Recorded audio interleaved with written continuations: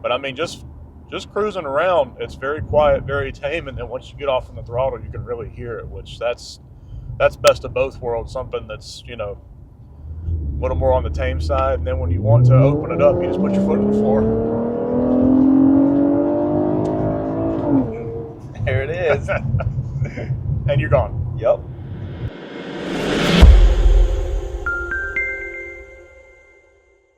Hey, what's going on, guys? Nick from Soho Motorsports, and we are here with a 2018 Infiniti Q50, upgraded Z1 turbos, pump gas, full exhaust, all-wheel drive. Let's dive into this one.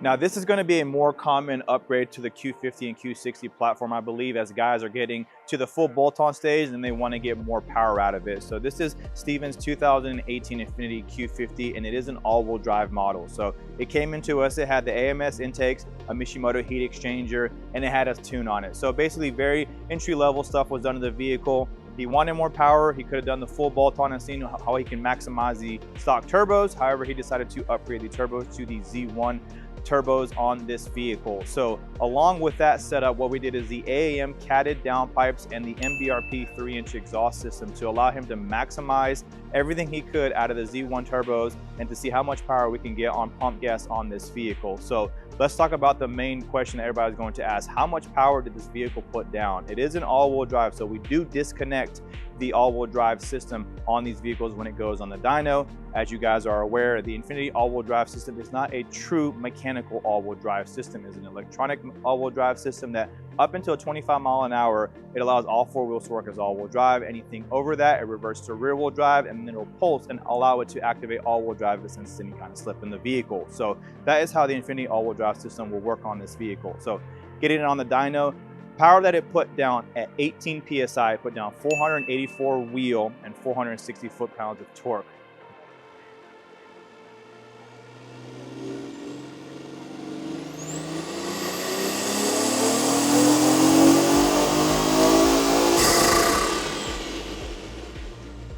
Great numbers for pump gas. He's gonna definitely enjoy it. We didn't have to go crazy on the pump numbers as far as boost. Now, if he wants to go E85, we can crank it to 25, 27 pounds and get over 700 wheel on this full 85. So I believe that'll be his next step after he gets tired of this power.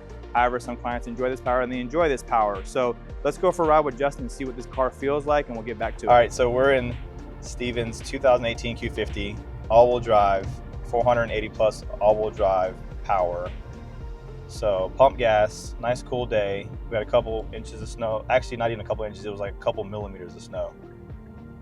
And so now we're going for a ride here. The smallest turn signal blinker, an entire cement mixer and a 1-inch turn signal blinker in the grill. So yeah, this would be a nice little power band pull. Streets look okay now, so and it's nice and cool this morning. The cool thing is, they are, but even if they're not, it's the benefit of having all-wheel drive. Correct. Yep. This car is very tame.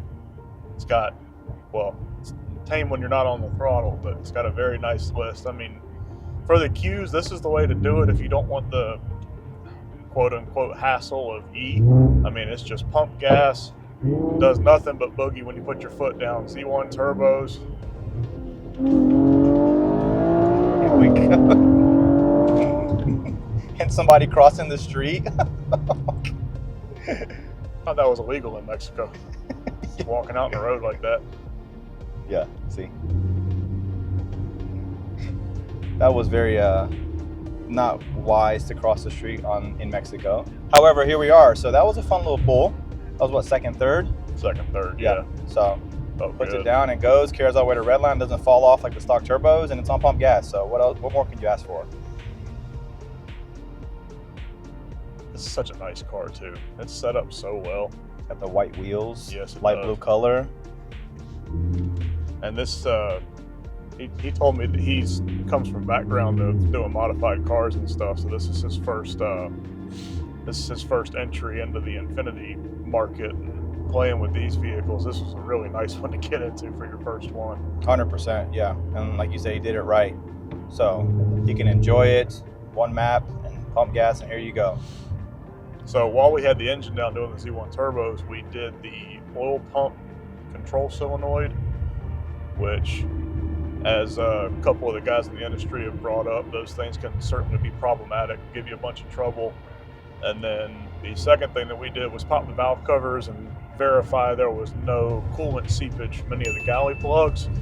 And being that everything was green lit, from there we pull them, we reseal them, and Loctite them in, because there's never any reason for those plugs to come out, and not having any kind of sealant or anything on them is not really a good idea from the factory. But Nissan Infiniti does some silly things sometimes, so we're here to make sure the cars last as long as possible. 100%. But doing that and having these turbos on it, I mean, these engines transmissions are proven to do 700, 800 wheel horsepower with no problems. Stock block, as long as you got the right fuel and got the right set of chargers on it, got the right install and got the right calibration, you get that combo, and then you're off to the races, man. Yep. I mean, this car it's so tame. It's got catted full downpipes on it, so it makes the power and it keeps the drone away. I mean, it's good. Driving this car is so nice. Yep.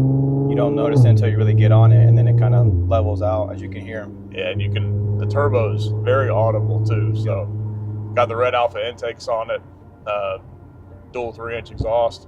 But I mean, just cruising around, it's very quiet, very tame. And then once you get off on the throttle, you can really hear it, which that's best of both worlds. Something that's, you know, a little more on the tame side, and then when you want to open it up, you just put your foot to the floor. There it is. And you're gone. Yep. Yeah. This will probably be, like I was saying earlier, the more common route people go. It's either full bolt-ons or they go upgraded turbos. So, or you do first the full bolt-ons, then you go upgraded turbos, or you just go upgraded turbos. Depends on what you want to do. Yeah, I mean, there's a couple weak points on the VR overall. I mean, it's really the coolant galleys, the oil pump solenoid, and then the turbos, because everybody knows turbos on these don't, even in stock form, they don't do super well. So this is a solid upgrade if you really want to get longevity out of your car, and you get the added benefit of making more horsepower. You know, the larger exhaust housings will reduce the torque punch on the engine.